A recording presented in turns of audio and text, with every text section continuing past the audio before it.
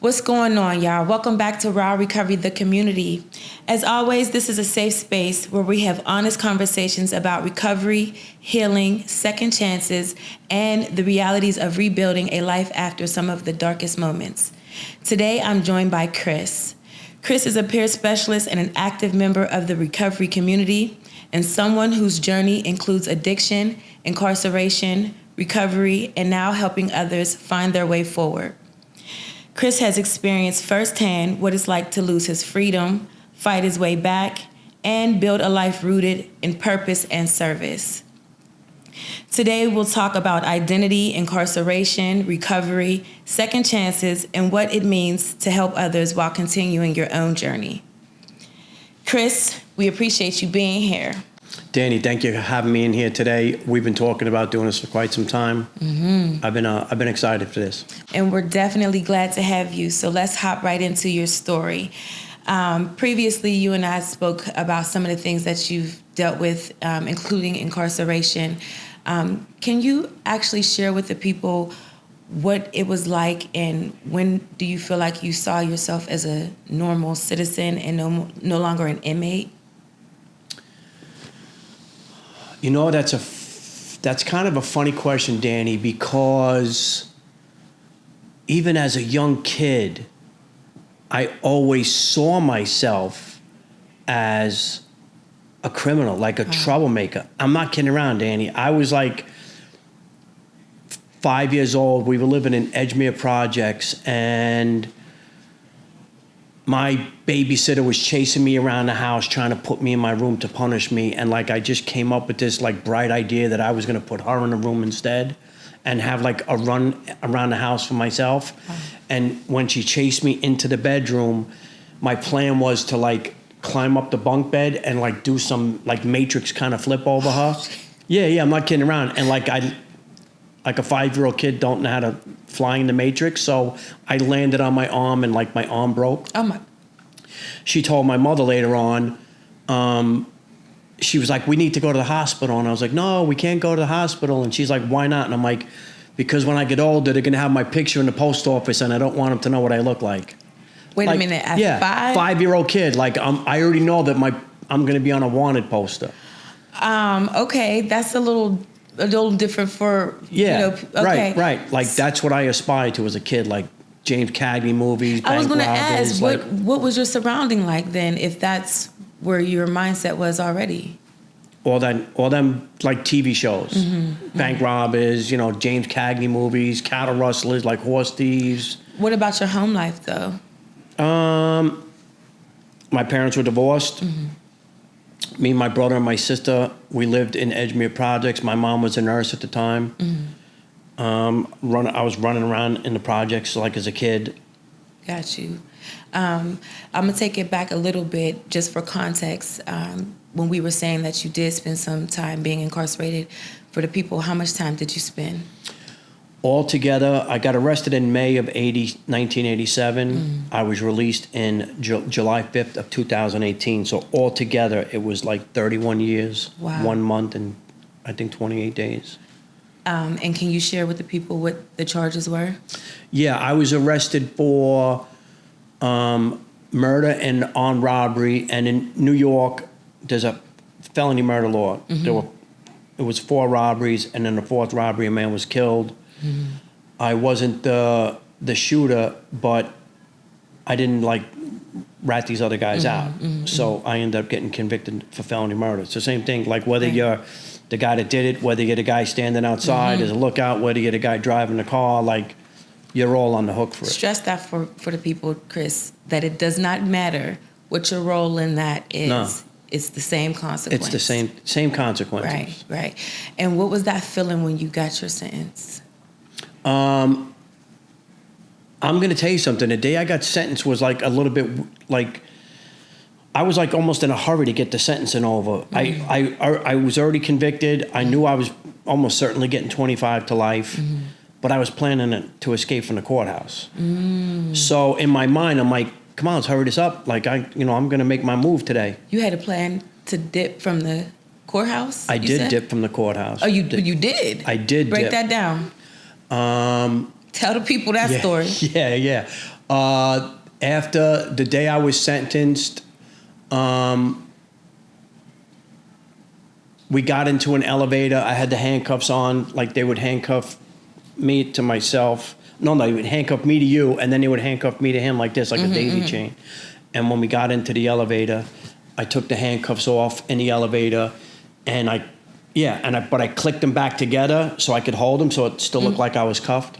What are you, double jointed? How did you? No. It's just look. I got skinny wrists. Like I got the hands of like a 9-year-old kid. Copy. Look, put your hand up, Danny. Look, I'm not kidding around. Like I got a little tiny 12-year-old boy. He's being honest, guys. Yeah, being honest. Because I was trying to see how you got out of those things. Took the handcuffs right off. Clicked them like they were still locked. Copy. And then when we got out into the Sally Port, it's like the back of the courthouse. It was wide open with gates one at each end. And when we got like right near the bus, I just took off. I need to stop for a second because I want the people to remember that he and I work together, and you never know what you don't know about a person. We sit next to each other like every day. I knew you had a story, you're not afraid to share your story. I didn't know this part, right? So just like you guys are hearing it for the first time, I'm literally hearing it for the first time. So please continue. Yeah. So my thinking was at the time, to get where, like in a crowd of people, so he wouldn't be able to shoot at me. What I didn't know until later on, I found out later on that like 3 blocks in the other direction from the courthouse is 40 projects. I probably should have ran that way into the projects and be like, yo, I just got out from the courthouse, like hide me out. Right. They would have like sent me right into the building somewhere, but I wanted to be what a crowd of people was. So I ran back up towards Supton Boulevard, and I was running down Supton Boulevard, and 2 detectives that were on their dinner break saw the CO, the Rikers Island CO, running down Supton Boulevard with his gun out. They sped ahead of him, and then they saw me running down Supton Boulevard with my suit and tie on, and they thought I was a victim. They thought I was chasing somebody else because I'm wearing a suit and tie. Right. I don't look like a perp. Right. So they like drive ahead of me real quick looking for whoever, the mugger, whoever I'm chasing. Yeah. And they get to the corner, and they jumped out of that police car. They pulled their guns out, and they like looking around. And then I saw them, and I went to double back toward the CO because he was winded. And I figured I got a better chance of shaking him than getting by two detectives. Right. And some guy just like some superhero tackled me in the street, right on the sidewalk. I'm gonna say, like I always say, every episode I adore. Every episode is some episodes just be having me on the edge of my seat, and this is one of those episodes. Even though I know you get caught, I'm still waiting for the getaway part. So there was no getaway that wrapped time. It up real quick. Yeah, there was no getaway that time. All right, so let's fast forward a little bit. They catch you, they bring you back. What happens next? I still had some open cases, so I got sentenced to the 25 to life. I went up to downstate to reception. I came back down for more cases. By this time now, I'm in the CMC houses because I got an escape. So I was around a lot of other high-profile guys.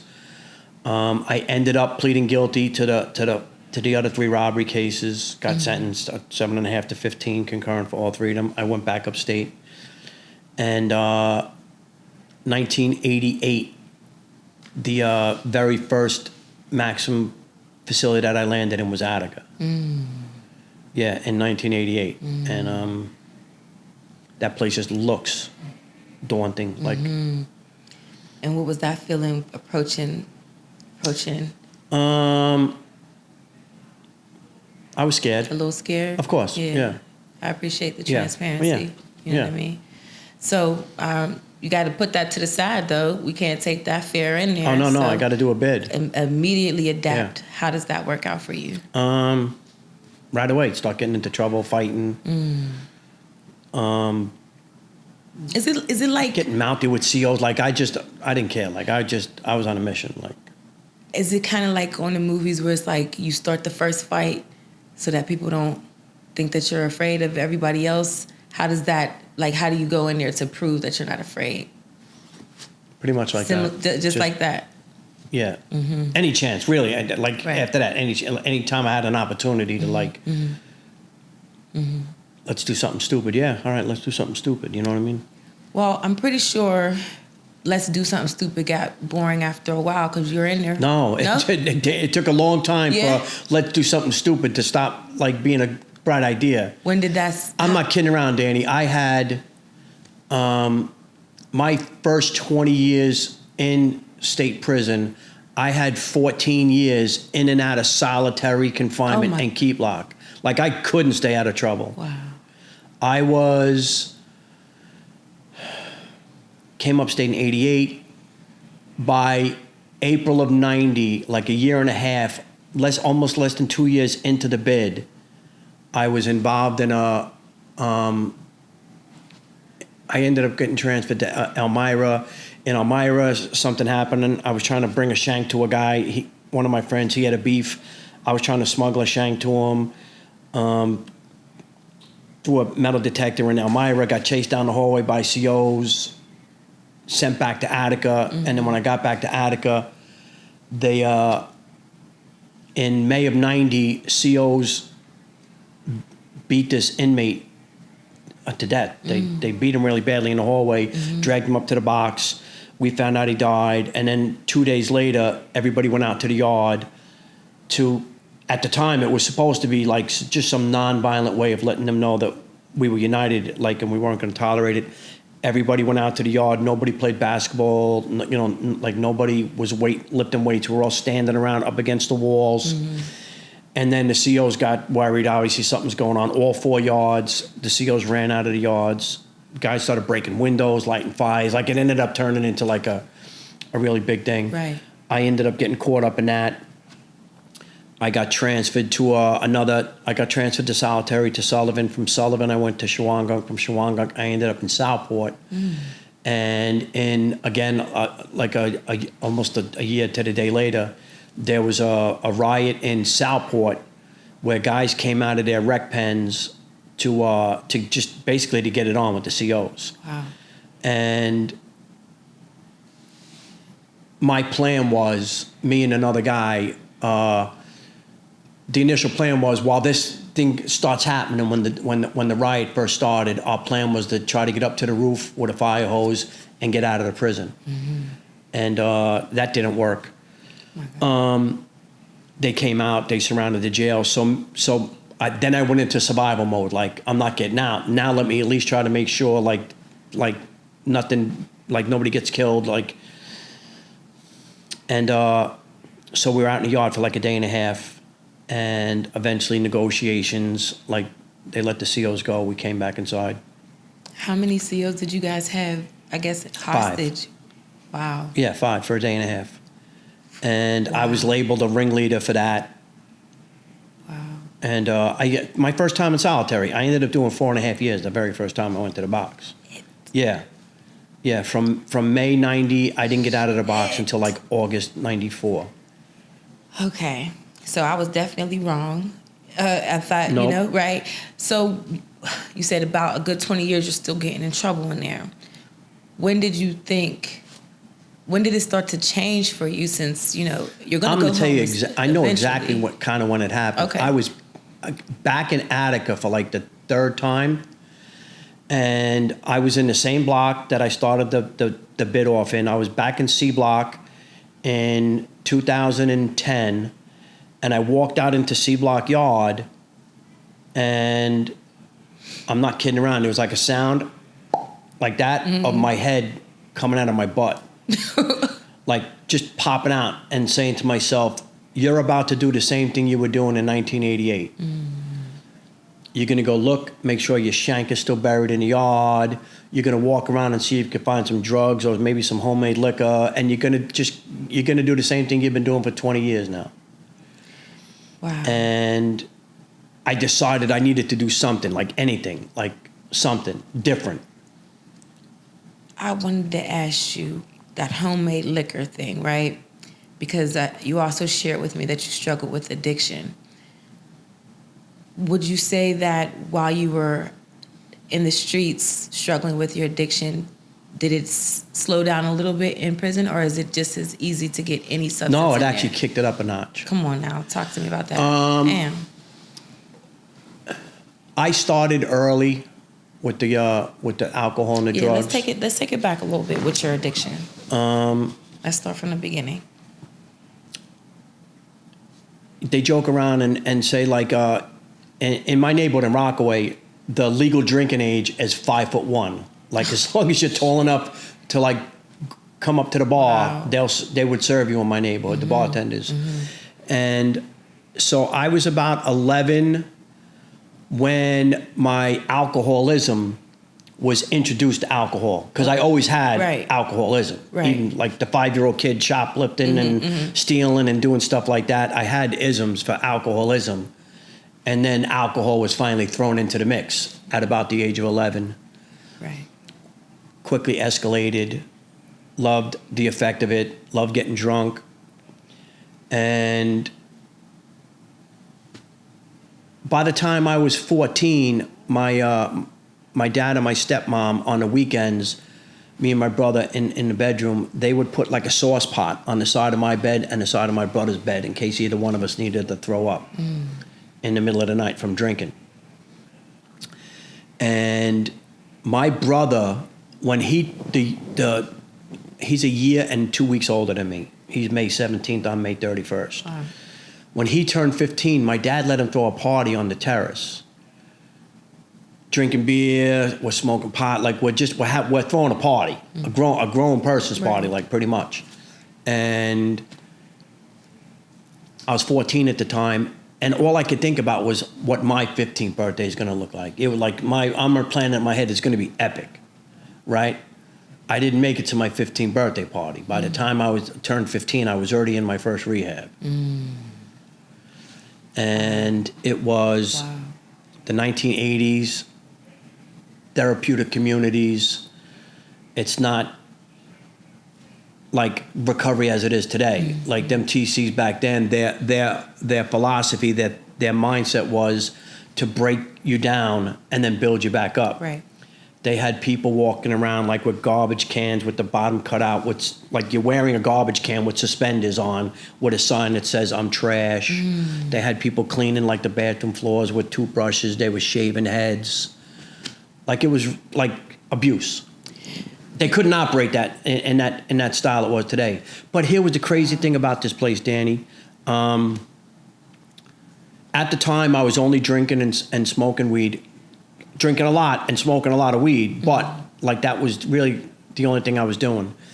And in this place, it was a 2-year program, and after you had a year in the residency, they elevated you to this status where on the weekends, they would go out to a local disco and you had drinking privileges in the rehab. Because their thinking was, as long as it's only drinking, it wasn't that bad. Okay. So now I'm only drinking and smoking weed. So I convinced myself like I don't belong here. And there were kids my age, 15, 16 years old. They were already smoking angel dust, doing LSD. There were people that were a little bit older, like doing cocaine and heroin. And I'm like, I'm not one of them. Right. Look at these junkies. Like I'm just a pothead that likes to drink. So I left. I split the place.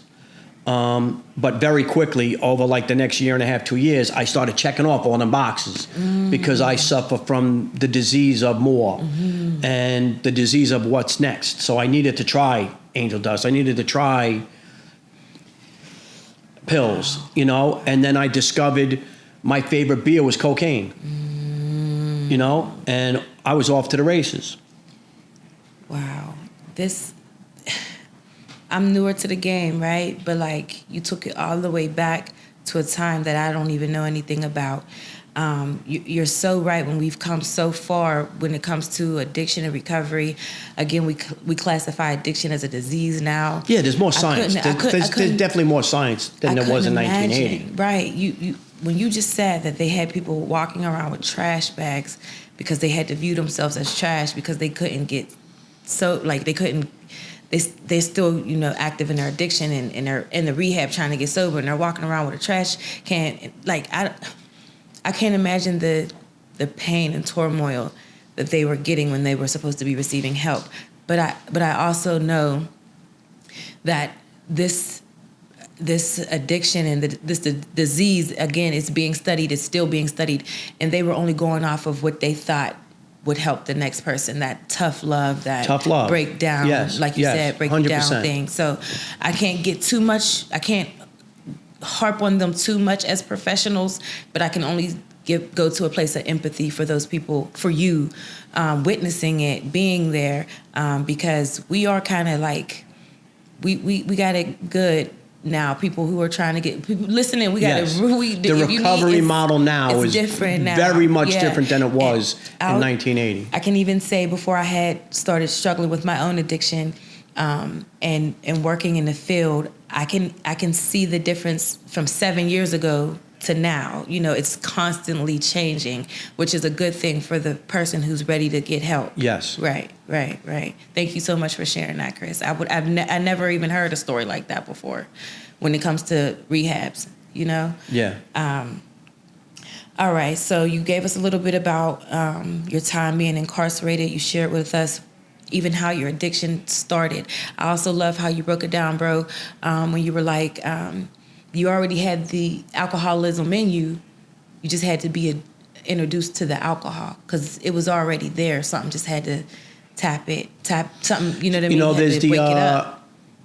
Some people, it's like the chicken and the egg. What came first, the chicken or what came first? Like some people, they started drinking alcohol and then eventually developed alcoholism. I believe I had alcoholism the whole time, and then boom, the magic happened. I'm inclined and I got introduced to alcohol. Agree. I believe that for myself as well. Addiction runs in my family.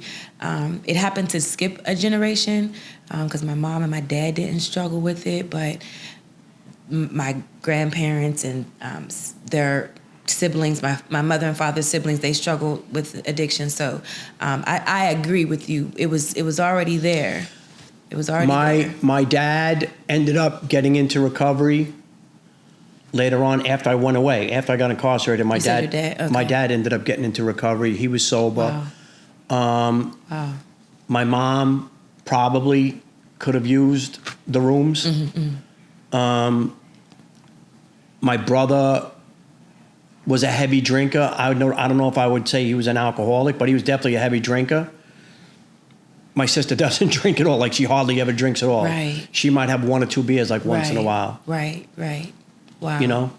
And it's important for us to stress that addiction is a disease, just like every other disease. It's not going to hit everybody the same. It's going to skip people. Cancer doesn't get every sibling. No, of course. You know what I'm saying? Diabetes don't get everybody. Come on now. Yeah. So whatever empathy that we have for those diseases, it has to be shared with addiction. You can't separate the two. You know what I'm saying? Chris, you shared again, like I was saying, about your addiction and your incarceration. So what would you say, what part of yourself survived addiction and incarceration? What part of myself survived it? Because we lose so much of ourselves. Yeah, I agree. I'll say this much, Danny. You know, in like the steps on the shade, step 2 talks about came to believe that a power greater than myself could restore me to sanity. And when I first got sober, I had a little bit of trouble with that. Because in my mind, I'm thinking, like, restore me to what? At 5 years old, before I even started drinking, I'm shoplifting and doing stuff. Right. So what am I getting restored to? Okay. Like, I do the work, I get down the shade, all the hard stuff. That's deep. Yeah, and then what am I? I'm still, you know, I don't know if you've ever heard the phrase, the sober horse thief. The guy that goes around drinking and, like the cowboy, he's stealing horses. He stops drinking. He's still going to want to steal horses until he finds out, like, what makes him want to steal a horse. There's other stuff involved. Like, drugs and alcohol aren't my problem. Drugs and alcohol are my solution to the other problems I got going on. Come on. You know? And so in my mind, I'm like, I'm going to do all this hard work. I'm still going to be that kid that wants to, like, I remember the first time I can remember in my mind being busted stealing. We were in Buster Brown's, and my mom's buying us Easter outfits, and the guy shows me how to put shoes on with a shoehorn, and we start walking up to the front. I grabbed the shoehorn off the table and put it in my pocket. you have to have a shoehorn, right? So we get up to the register, and like my mom, like, it's sticking out of my pocket. She's like, "What's that?" I'm like, "The shoehorn, Mom. I need a shoehorn." And she smacked me in the head. She's like, "Go put that back." Right. So I go to the back of the store. I look, nobody's watching, and I stick it in my back pocket. Right? You need a shoehorn. What's wrong with my mom, right? So that's just how it was with me, Danny. So in my mind, I'm like, you removed. By the time I came home and got into the program and started doing the step work, I was already 5.5 years sober. Until I heard a guy say at a meeting early in my journey back out in the street, that he kind of reframed that step in his mind, where in his mind he thought, came to believe that a power greater than himself could restore him to God's original purpose for him. Now that was like a mic drop early on for me, because I could wrap my head around that. Right. That meant everything that happened from that time I stole that shoehorn up until this point put me in the seat today to be talking about this now. Like, that was part of my journey. That was fire. Yeah. That was fire. And as we were saying earlier, I can't remember how you said it, but who better to help? Who better at my job? Like, right. Who better than a guy like me to help a guy like me? Come on. Them guys coming through the door, they're not much different than me. They are me. That's why I love my job so much, Danny.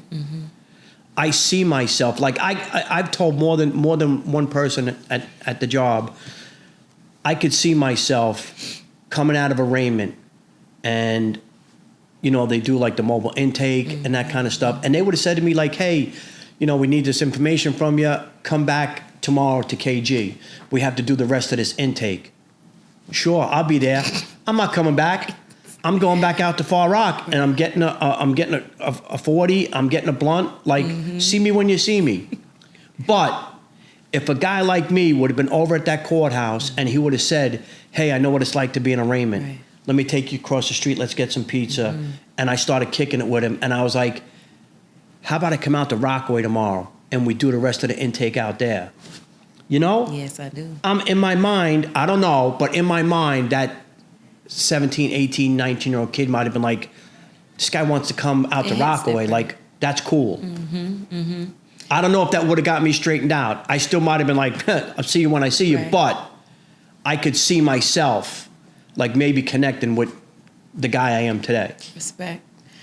What's that feeling you get being on the other side? At one point that you were the client, what does it feel like servicing them? Like, what's that? And I don't even think that it's like, it's definitely a joy that you would get, but like something more than that. What is it that you're... Purpose. Come on now. Yeah, I got purpose today. You see me sometimes, I'm sitting on that windowsill like I'm with my people. I'm out in the waiting room talking with people, getting to know people. I like how you shared how it's different for you now. At one point, you would have been the person who was incarcerated, and now you're on the other side. And I was sharing with you that I can relate to both sides. Before being incarcerated, I used to work for, I won't specifically mention the company, but it was like sort of like a reentry program back home where I'm from. And I frequented the county jail often. I was there. They knew me as staff coming to get clients. And then to one day be on the other side with a red jumpsuit on, and I'm now an inmate. And I remember seeing one of the COs, like one of the CO's mouth just dropped when he seen me walking through, but the other CO, I remember her just saying, she was like, "We all make mistakes." You know what I mean? And just her saying that, she just let it be known. She was like, it could, and that's something that I say to my clients, like at any minute, it could be me. Like, we all one fuck up, one mistake from being on the other side. So, but then I'll also say that my higher power, the way he moves is, I was working in the jail, and then I was in jail as an inmate, and then now all praises, I'm back on the other side again, and we're co-workers working for supervised release. We're back in the field again, you know what I'm saying? So it definitely hits different when you have that lived experience, you know. Yes. Because you can 100%. relate, you know, but I didn't know that. I was in the field for some time before I had my own struggles. And I know I was doing, and not to say that if you haven't had lived experience, you can't help the next man. Oh, no, you know of what I'm course saying? Because like I said, I had been in the field for a long time for my own addiction, but it's just something about literally going through it.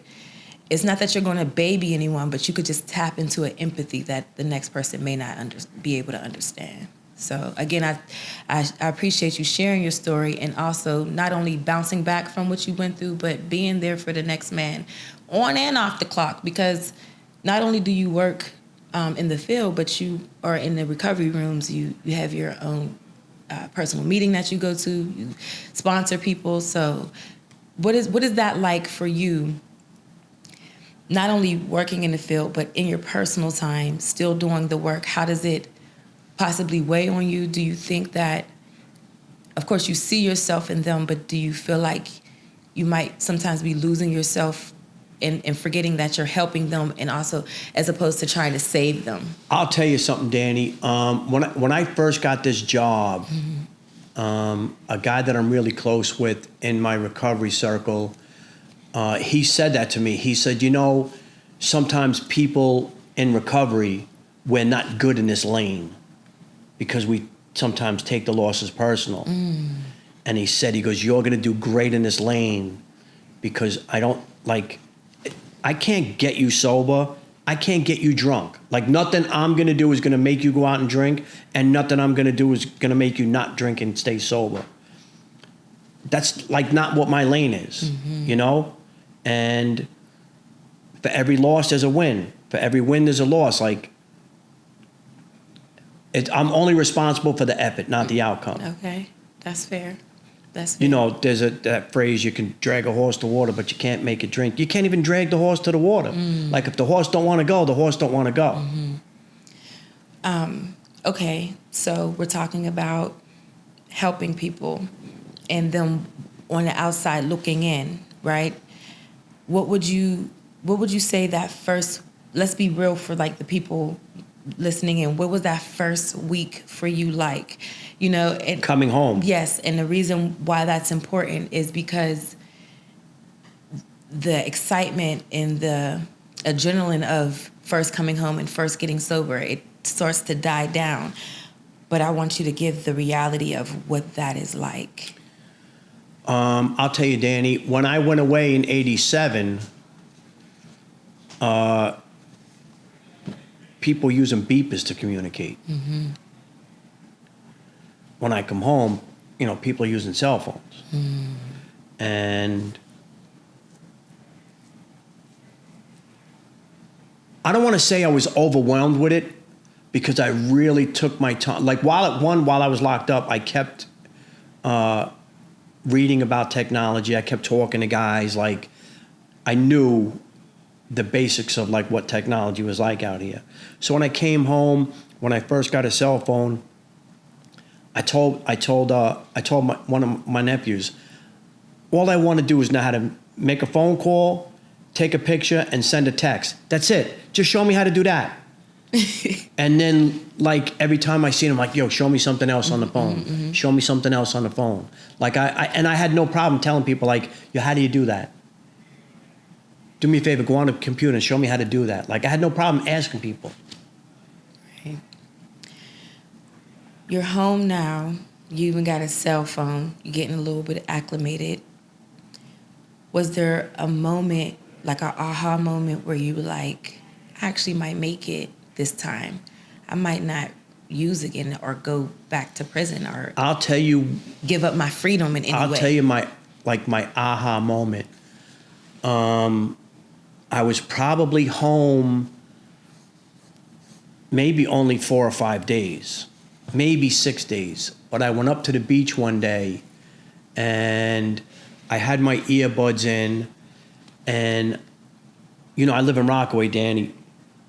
And there was a time during the bid, like in the middle of them box, like in and out of the box, like when I was in the middle of like the war that I had going on with like not only like the Department of Corrections. I had a war going on with myself.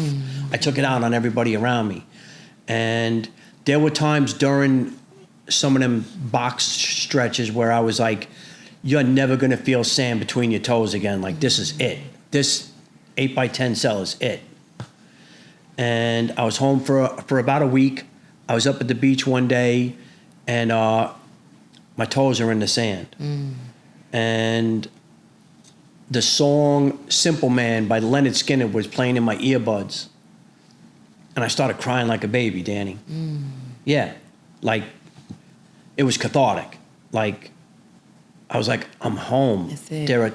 There's sand between my toes again. Adam, respect. And respect.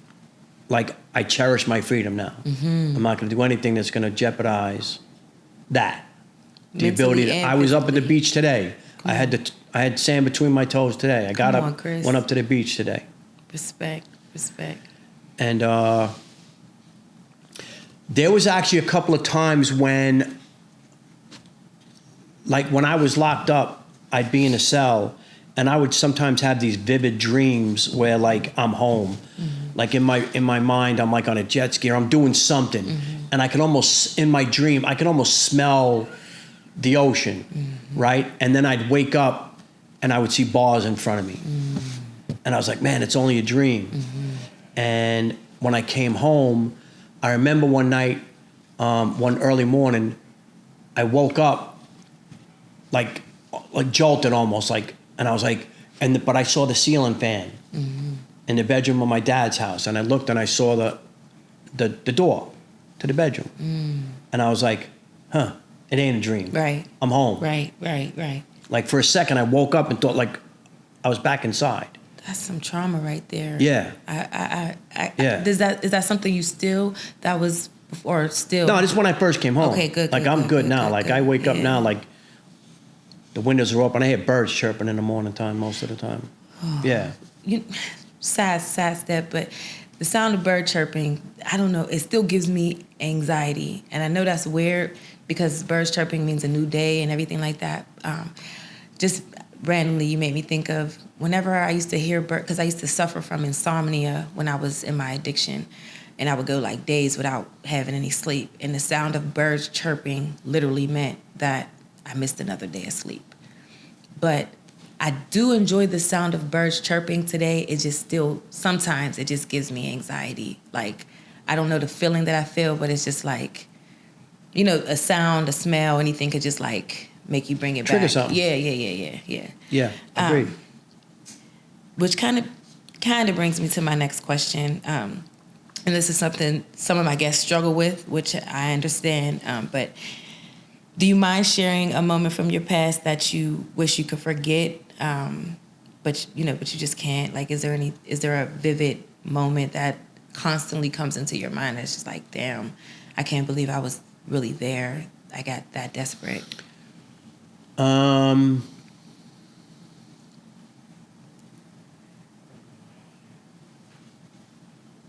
Of course, I mean, I definitely regret the spree that put me in prison. A guy lost his life. He, not only did he lose his life, but like his family lost what the rest of his life would have been. Like, I found out later on after I got arrested, this guy had a 4-year-old daughter. Like, so she grew up without a dad. Her dad wasn't there for her sweet 16. Her dad wasn't there to walk her down the aisle at a wedding. Lives were affected, not just my life, my family's life, my dad's life, like his family's life. There were a lot of people that got affected by that. How do you cope with that daily? Or do you think about that daily? Like, does it just flash into your mind as a reminder every day? Or like, I don't know if like that reminder is every day, but I do remind myself every day that my job for the day is to just try to do the next right thing. Come on. I'll never be able to repay society back, like what's owed to it, other than to just try to do the next right thing. That's a very good lesson for yourself and for people to pick up on. And I was going to also ask what recovery lessons took you the longest to accept. Like, that's a big one, but did it take you time to step into that, or are there other lessons that you feel like you're still struggling with? The recovery lesson that was the hardest one to get,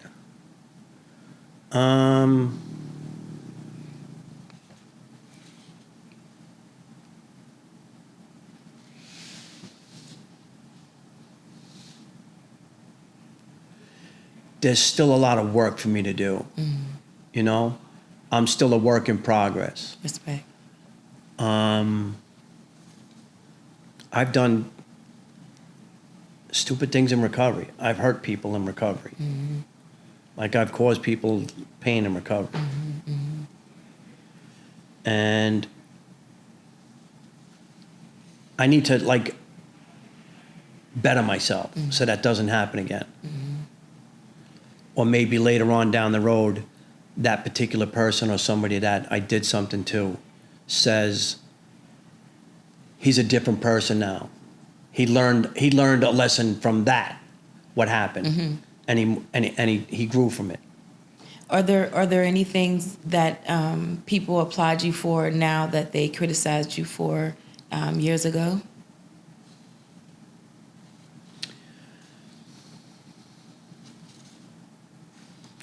You know, I joked around about this with somebody not too long ago. Like, back when I was younger, people would say, "Man, did you see what he did?"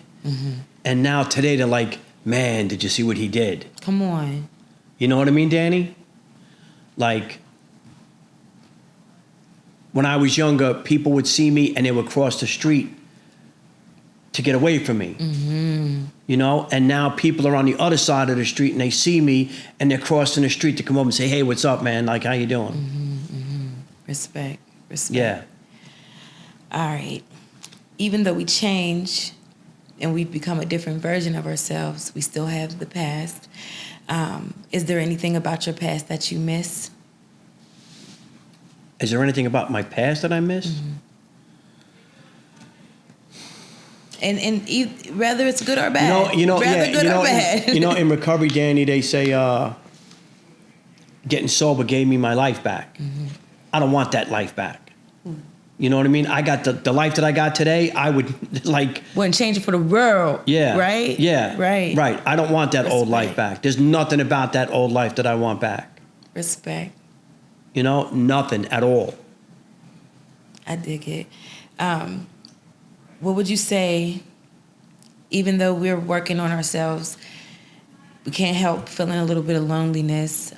Even in a room full of people, you still might feel, by yourself. I can be in a room full of people and feel like, why am I here? Why am I here?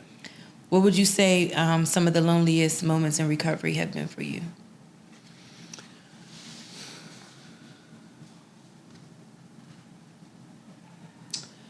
I think I was inside 5.5 years sober before I came out. So during them 5.5 years inside, there was like a lot of like, what's it going to be like when I get home? Am I going to be able to do this when I get home? And one of the things I saw, Danny, for a little while, I would see guys that I knew that did like 15, 20, 25 years, 30 years. These guys were going home and some of them were coming right back and some of them were staying out.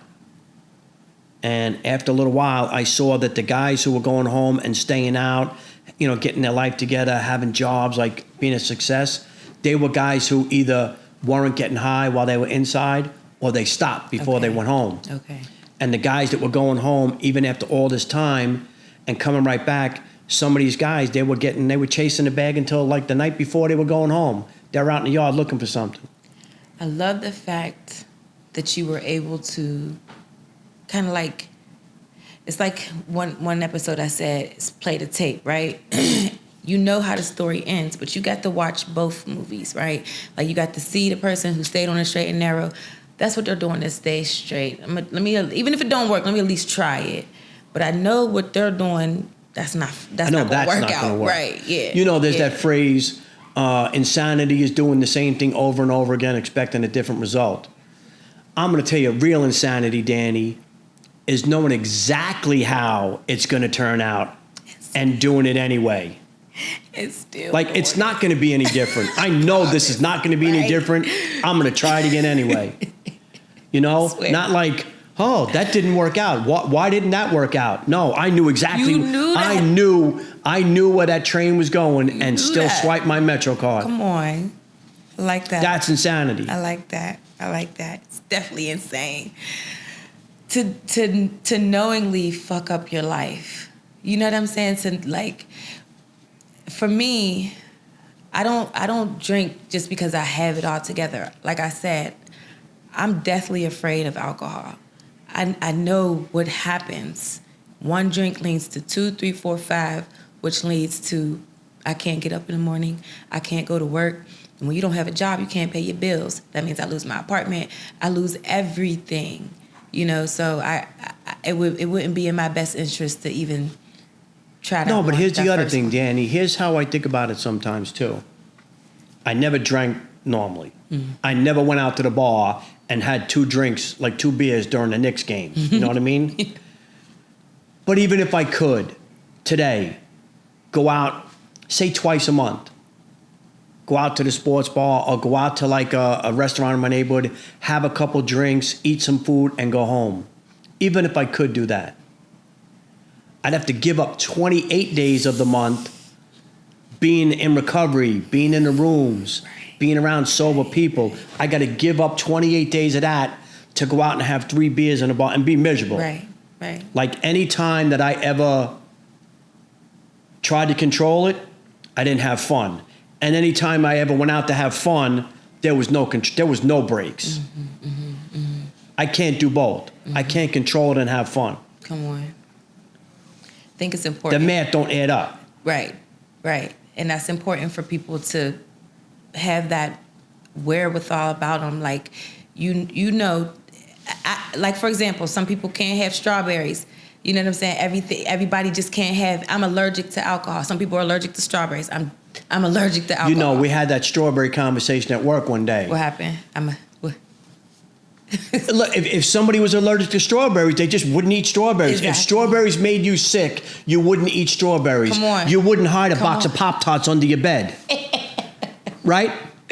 Right. You wouldn't sneak out at 2 o'clock in the morning to the fridge and take a squeeze of the jelly jar. Because you know it's literally going to make you sick. Come on. You just wouldn't do it. What are your thoughts about, one thing that someone from my past told me is just you don't get a restart button. You do. Do you? Because my question is, what do you say I'm going to tell you something, Danny. Yeah, go for it. Here's the restart button for me. I share about this a lot, right? I'm going to give you these 2 hypothetical days in my head, right? Mm-hmm. So, hypothetical yesterday, I woke up, and as soon as I woke up, I was grateful to God for, giving me another day out here in the world. I meditated, I prayed, I read a little bit of literature, I started texting with my sober friends right away, and in this hypothetical scenario, right, I was still working construction when I came up with this thing with these 2 days in my head, so I'm going to use the same scenario, but I get to the train station, the train's on time, I get on the train, there's a homeless guy on the train, I throw him $1, I get to work. At 7:01, my boss is yelling, "Let's go, you guys ain't paid to sit in the shanty and do nothing," so I grab my tools and I start working, right? At the end of the day, I go home, and I hit a meeting. Like, the day went smoothly, right? Mm-hmm. Now, hypothetical today, I wake up and I hit the snooze button because I want a few more minutes of sleep. I hit the snooze button again.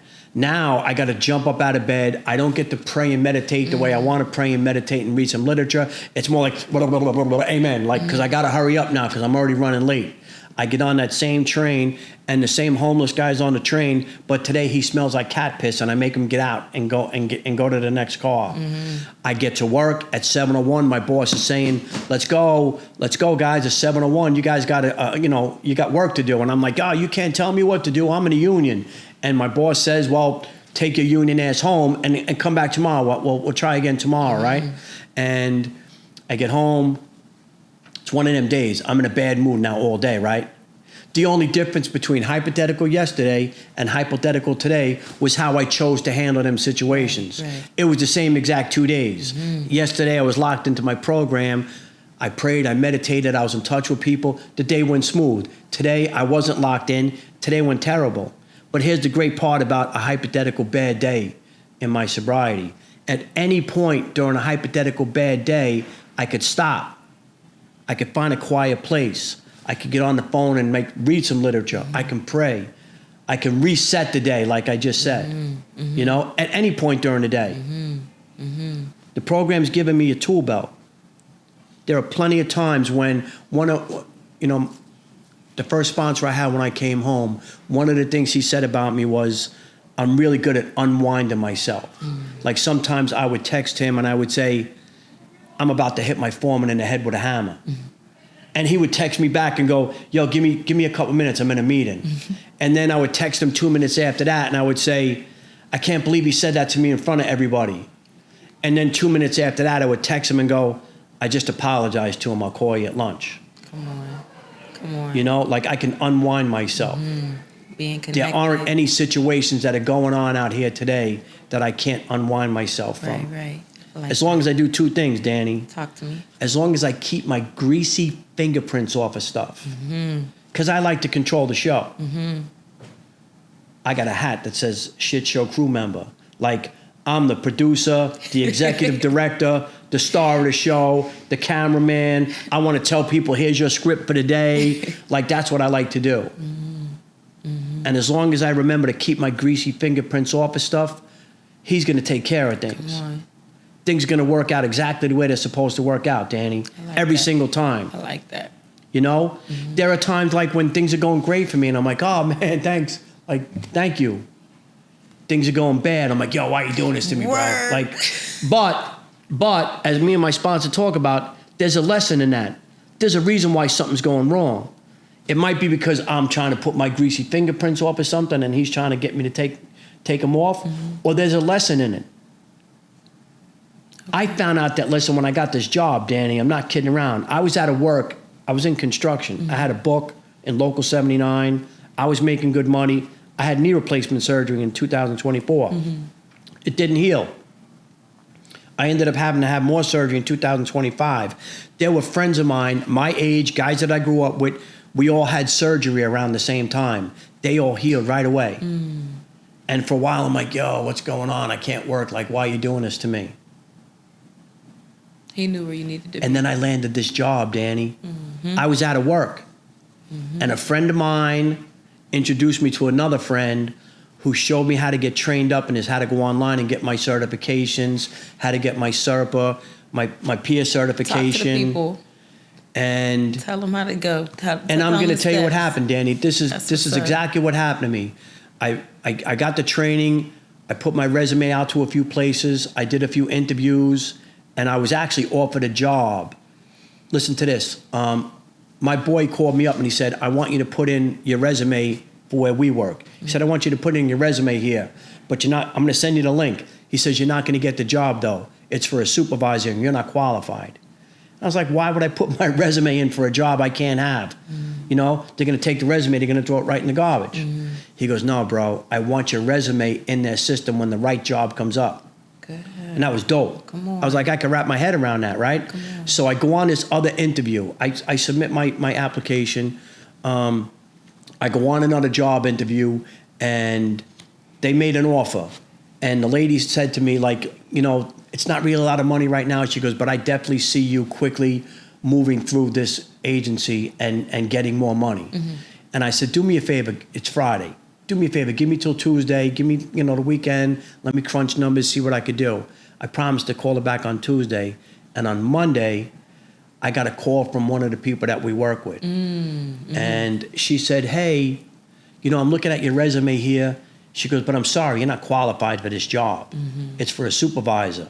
And I said, all right, thank you. And my thumb was like right this close to that red button, that discontinue the call button. But I heard her say but. Come on. I heard her say but. And I was like, yeah. She goes, but I'm looking at your resume and your job history. Now, at the time, my job history in this lane is my rap sheet. Yeah. That's the experience I got. Come on. And some of the stuff that I did inside. Some of the self-help stuff, like there's like alternatives to violence. I did a lot of stuff in transitional services. I ran groups. Like there was a lot of self-help stuff I did near the end of my bid. But that was my resume for this lane. And she said, we're starting this new program. And it was the aftercare program, Danny. Aftercare started in June. Okay. I got hired in July. Okay. My higher power sidelined me back in 2024 because he knew that this job was going to open up. And he knew that if my leg would have healed as quickly as my friends would have healed, I would have put my hard hat on and I would have went right back to the job site. He needed me out of work for a while so that my other friend could say, I think you would be good at this. Go online and get this training. I had nothing to do. I'm sitting at home. Come on. Unemployment ran out. Disability hadn't kicked in yet. I had nothing better to do. Right. I got trained up. Right. He pushed me into this lane. I needed to have my leg banged up long enough for me to get into a different lane. Right on. Come on. Love it. That was fire. And you, working with you, you're definitely good at what you do. I see how the clients connect with you. I'm sure that's not what you had planned, but It's what he had planned. Come on, you know what they say. When we plan, he laughs, and he definitely landed you in a great position. Yeah, we plan, he laughs, 100%. Can you talk to me about a time when you first walked into the meetings? Did you feel like you didn't belong? Like what? I'm going to tell you, And when did you Danny, start feeling? I started my transition, like doing the right thing, after having the mirror held up. This Catholic nun in Attica, she held the mirror up to my face and showed me who I was, that I could be a different person. And I started doing the right thing. I started going back to church. I started getting involved in self-help programs in Attica. I was the president of the Attica Lifers organization. I was helping guys. I worked in transitional services. I was doing the right thing in a lot of different aspects, but I was still running back to my cell, getting high every chance I got. Okay.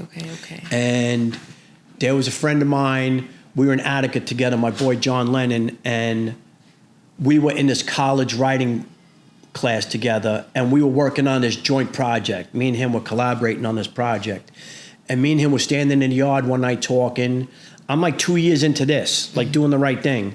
And while we're out in the yard talking, one of my homeboys, the Spanish dude, he gave me like we had a signal in the yard, like when you got something for me, like walk by and do that. And he came over, we shook hands, he gave me something. I went like that and tucked it right in front of my friend. And he's like, yo, like, what are you doing, bro? He goes, look at you. We're out here, we're doing all this positive stuff. You're still chasing the bag. Yeah. He said, you should stop. And I was like, you should stop. I'll get you high before you get me sober. That's what I said to my friend. I'll get you high before you get me sober. That disease, boy. You know what I mean? And maybe 2 or 3 months later, I was out in the yard one night. I grabbed some stuff from somebody, some drugs. And I went back to my cell, and I couldn't get there, Danny. Like, I just couldn't get to that place where I was like, I'm good. And I said, that's it, I'm done. And I went out to the yard the next day. I put the rest of the stuff on the table and said I was done. Come on. And I stopped. December 21st, 2012. Let's go. I haven't used since then. But I didn't start going to meetings. It probably took me like almost 6 months. They had AA in Attica. He was trying to get me to go. And I was like, yeah, soon. Like, don't worry about it. Like, I'll get there. But like, I was white knuckling it, as they say. And it wasn't until another friend of mine, he moved back into the block. And he used to go to AA meetings twice a week. and he would walk past my cell, and he'd stop in front of my cell like almost every time he was going to the meeting. And I was like, where you going, bro? And he's like, going to an AA meeting. I'm like, get out of here. I don't need that. And he's like, you need it more than you think you do. You know what I mean? Yeah. So finally, to get this dude off my back, I told him, all right, man, get me on the call out. Because I knew the call out list was long. Yeah. Guys are trying to go to AA meetings to get their trailer visits, to get their good time back. You know, they're trying to get something out of the program. So I figured I had a couple of months still. I wouldn't have to go because the waiting list was long. But my friend, he paid the guy who runs the call out. They got me on the call out the following week. Go. Yeah. And like almost from the very first AA meeting in Attica, like my eyes were open and my ears were open, like because I was already doing the right thing with other aspects. So for once in my life, I started listening.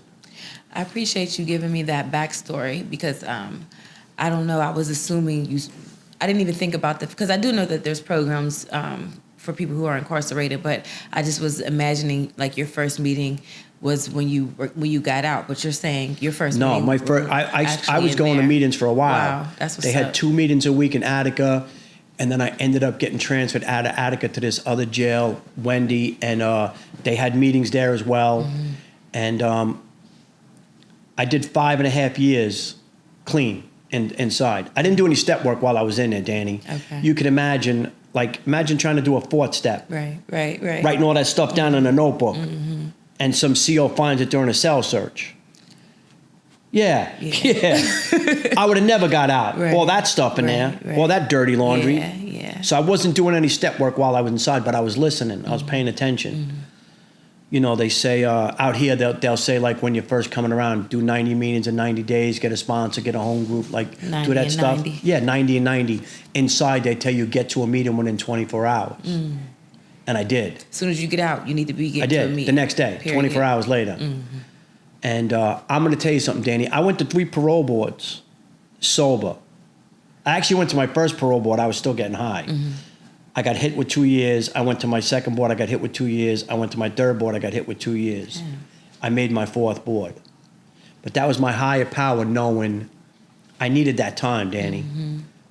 Because I'm convinced that if I would have made my first parole board when I was still using, even though I had 25 years in at the time, I would have came home with a list of people who owed. I did my time. Like a man, I kept my mouth shut. Nobody else got arrested. You guys owe. Them 5.5 years gave me clarity. Respect. I wanted nothing to do with that. Respect. When I came home, I went to a meeting. And, you know, they say, Danny, that's another one of these cliches in the rooms.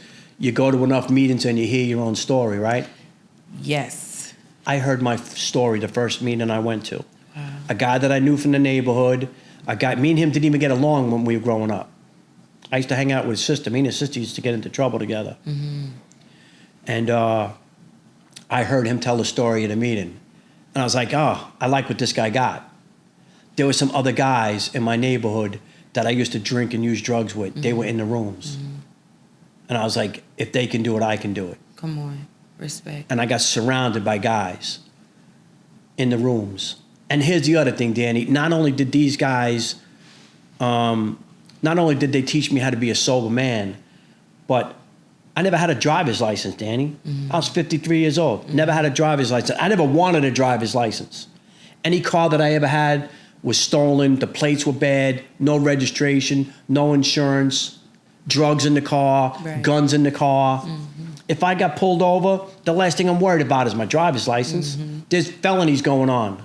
I'm not worried about a ticket for not having a driver's license, right? I didn't need one. Not only that, I didn't want something with my name on it.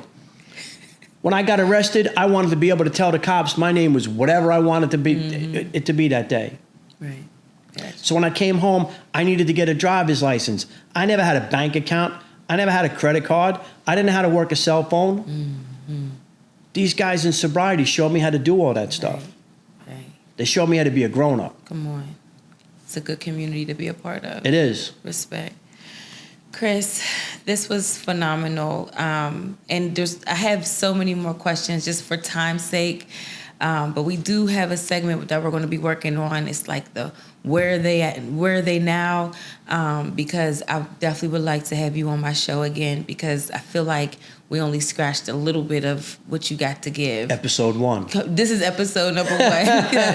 So, but again, what you shared just in this amount of time was phenomenal. Can you please, for the person who is listening in, possibly feeling hopeless, what do you want them to hear? Like you keep saying, if they could do it, I could do it. But some people can't tap into that. What do you want them to hear for them to feel like they could take at least that first step? There's always a chance for anybody, you know? And there are plenty of guys who struggle. They feel like they can't get it. They're never going to get it. They keep stumbling, keep coming back, you know? I tell guys all the time, one day your story is going to be somebody else's survival guide. Come on. That was fire. Keep trying. There's a guy, I'm going to wrap it up with this. There's a guy that I know that I was helping him out, you know, trying to sponsor him. He kept relapsing. And one night we were sitting on the couch in my apartment, and he's like, what am I doing wrong? And I'm like, I don't know, bro. But try something else. Like, whatever you're doing, try something else. Eventually, you're going to sprinkle the right ingredient in there, and it's all going to work. And I was like, I don't know, man. Like, tomorrow, just do something nice for somebody and don't tell them. I said, your neighbors, like the old lady that lives next door to you, bring her garbage cans in, something, anything, bro. Just try something different. I'm not kidding around, Danny. The next morning, this guy called me up at like 6:30 in the morning, and he's like, I'm like, yo, what's up, bro? He goes, you ain't gonna believe this, bro. There's like 8 garbage cans blew into the street last night in front of my house. I was like, that's God, bro. Now pick them garbage cans up and get to work. Right, word. Like, that didn't happen by accident. I told him about picking up garbage cans, and there were garbage cans in front of his house the next day. Get to it. That was God. Right, respect. Keep trying. Good word for the people. And not just did you give them a little bit of hope, but we're going to make sure that we wrap up this episode with giving them some resources for the people listening in. Usually we tell everybody about the 988, which is universal for people to reach out to if you're struggling with mental health or addiction. But we wanted to leave them with a little bit more today. And in addition to the 988 number that I just gave you, I'd also like to include some recovery, reentry housing resources. For example, we have SAMHSA. They're an addiction treatment support. The core is recovery entry program. And their number is 1-800-662-4357. Also, 1-800-662-HELP. We also have the reentry program. It's a coming home support program, and it's the Center for Employment Opportunities. A lot of times people who are coming home need assistance with finding employment. This is an organization that can help, and that number is 1-855-236-5627. And also, our guest today, he works in the peer services, and one of the organizations that we know about that help with peer recovery and sober living is Narcotics Anonymous. And you can look online for any groups that they have in the community, or also online. They have a lot of different programs that or meetings that you can attend, and you can look online and they'll give you the time and the location. Chris, did you have any other resources that you knew about? Oh, there are plenty of resources today that are available. That's the good thing about trying to get sober in 2026. There's the Office of Addiction, I think it's called OASIS, the state agency. There are plenty of sober living available today. The Alcoholics Anonymous, like reach out to Intergroup. They'll plug you into a meeting locally to you. There's all kinds of recovery out there today. And again, if you don't know where to start, you can send me a message. We also will put our email address in the description. We'll put some other resources in the description. But in this day and time, this is when you should be trying to reach out to get get help, because there's way more resources, there's less judgment, and again, you have a lot of people with lived experience. So let's let today be the first day that we reach out for help. Don't continue to suffer in silence. So again, Chris, we really appreciate you, your transparency, and taking the time to come on our show. Thank you, Danny. Next time, y'all, Raw Recovery, we out.